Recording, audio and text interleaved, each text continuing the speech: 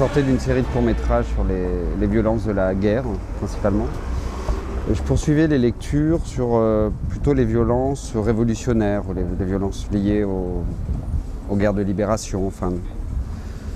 Et dans les hasards de lecture, je commence à lire sur les mouvements, les groupes terroristes en Occident dans les années 70, l'armée rouge allemande, japonaise, les brigades rouges, enfin voilà, tout ce terrain-là. Et je commence à être particulièrement intéressé par la RAF parce que j'apprends rapidement que Ulrike Meinhof était journaliste, que Holger Meintz était étudiant en cinéma.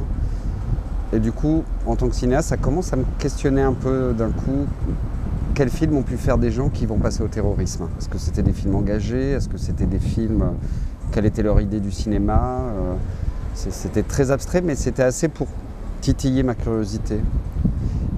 Et j'ai continué les recherches. J'ai commencé à voir qu'il y avait beaucoup plus de liens que ça avec les films. J'ai commencé à découvrir qui ils étaient tous. Du coup, ça ouvrait encore pas mal de questions parce que, grosso modo, l'image de la RAF aujourd'hui, c'est un groupe de terroristes et puis basta. Et là, du coup, je découvrais qui ils étaient avant. Ça rend encore plus compliqué le passage à l'acte. Que des gens très bien formés, des gens qui ont accès aux médias, qui les utilisent. Et voilà, là, il y a eu peut-être pas encore un film, mais en tout cas, l'idée de commencer à creuser la question encore et encore. Et c'est peut-être devenu un film quand j'ai commencé à voir les archives et les images de l'époque, les différents films, certaines de leurs images à eux qui étaient accessibles. Et là, je me suis rendu compte qu'il y avait probablement assez de matière en archives pour raconter cette histoire avec ces images-là, et simplement ces images-là.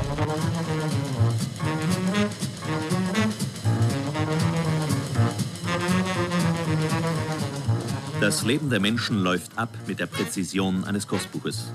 Pünktlichkeit ist Trumpf. Tempo ist Trumpf. Aus dem amerikanischen Business stammt der Ausdruck Time is Money. Ce qu'on voit dans le film, c'est des films militants à des niveaux très différents. Ça va du ciné-tract, le plus petit film de propagande de Meintz, à des films télévisés, très construits de Meinhof, beaucoup plus accessibles, mais politiquement aussi très engagés. Et du coup, ça permet de voir comment ils ont utilisé les médias qu'ils avaient à disposition pour toucher le public et pour faire la révolution. Et ce qui m'émeut moi là-dedans, c'est qu'on sent qu'ils ont vraiment cru qu'on pouvait faire la révolution avec des films.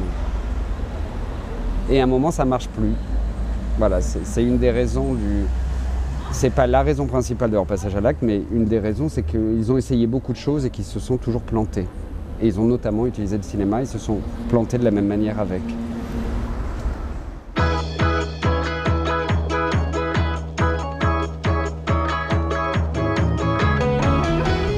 Il va y avoir dans les extraits des étudiants avec les drapeaux rouges une espèce de fougue comme ça où certains films me troublent parce que dans les films d'étudiants il y a aussi une surreprésentation de la violence, de la destruction, du feu et on se dit mais putain à 20 ans être autant porté sur la destruction, dans quel monde on vit pour être aussi agressif et le représenter. Et en même temps certaines images sont magnifiques, certaines de ces représentations de choses qui brûlent. Enfin voilà, et ça, c'est de l'ordre des choses qui ne sont pas très rationnelles et sur lesquelles moi, je vais avoir un ressenti pour lequel je les mets. Mais après, chaque spectateur va lire. Malgré tout, il y a souvent une grande différence entre ce que moi, je mets et ce que mettent les spectateurs. Donc moi, je vais avoir du commun avec certains spectateurs. On va ressentir les mêmes choses parce qu'on se ressemble. Ou sur une partie de certaines choses, on va lire les mêmes choses, on va avoir les mêmes sentiments. Et d'autres, au contraire, vont avoir des sentiments qui sont très contrastés de ce que je vais pouvoir mettre dedans. Le titre du film n'est pas arrivé au début du projet. Je tournais un petit peu autour de plusieurs choses, mais ça ressemblait souvent un peu à des titres de thèse universitaires, les titres que je calquais. Mais c'est vrai qu'il y a quelque chose qui tournait beaucoup autour du film, autour de l'idée d'une génération ou de la jeunesse d'une époque. Et il y avait une archive que j'aimais beaucoup, qui est au début du film, dont le titre, là, n'apparaît pas, mais était « La jeunesse allemande 20 ans après ». Et ça m'a beaucoup séduit, cette idée de, pas la jeunesse allemande, parce que du coup, ça ne résonnait pas aujourd'hui, mais d'une jeunesse allemande, en tout cas une jeunesse qui a existé. Et donc forcément, ça englobe, c'est un titre qui englobe un peu une génération complète. Donc évidemment, c'était pas la jeunesse entière de l'Allemagne qui s'est révoltée, mais c'est comme en 68 en France, il y a quand même une très grosse partie de la jeunesse qui était révoltée, et notamment parce que tous et là je pense que c'était une expérience commune à cette génération, devaient vivre avec des parents qui ont vécu le nazisme. Et ça, c'était, à part les quelques-uns qui ont eu des parents résistants ou qui sont allés à l'étranger, qui était une toute petite minorité, ils ont tous eu à faire face au passé des parents et à en porter le poids. Et du coup, ça c'est quand même quelque chose qui les réunit, qui crée un commun de cette génération-là.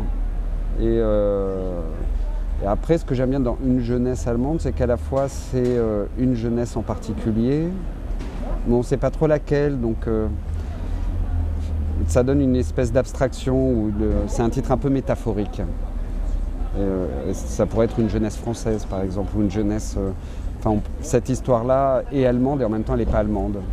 Und deswegen sind wir nicht engagiert gegen, zum Beispiel wie Herr Hausen das, glaube ich, gesagt hat, gegen den Krieg im Allgemeinen, sondern wir sind engagiert für diejenigen, die sich versuchen zu befreien von Terror und Gewalt. Und wenn ein anderes Mittel als das des Krieges ihnen nicht übrig bleibt, dann sind wir für ihren Krieg. C'est toujours plus facile de réfléchir des histoires qui sont ancrées dans un temps révolu. Parce que l'histoire a été celle-là, on ne va pas la réécrire, elle a été comme ça. Et du coup, c'est plus facile que faire ce type de film sur les attentats de Charlie Hebdo et tout ce qui s'est passé les jours suivants. Il me semble que c'est très très difficile. On n'a aucun recul pour comprendre ce qui s'est passé. On est dans une émotion, on est heurté, c'est des histoires trop violentes pour pouvoir les raconter au présent, quand on est trop proche du présent. Là, moi, je ne suis pas allemand, je ne suis pas du tout de cette génération. Cette histoire, elle m'apparaît assez blanche, enfin assez claire. J'ai pas besoin on n'est plus dans toutes les histoires de l'époque. Est-ce qu'ils ont été assassinés ou pas en prison? Est-ce qu'ils ont vraiment fait ces attentats? Enfin, comme on a pu voir sur Charlie Hebdo, le conspirationnisme, enfin toutes ces espèces de théories avec les gens qui s'engueulent autour de ça. Là, je dirais même si c'est pas résolu, on s'en fiche en fait. Voilà, l'histoire elle est close. Et du coup, ça permet, il me semble, de la comprendre, enfin de saisir les enjeux plus facilement et sans être heurté par ça.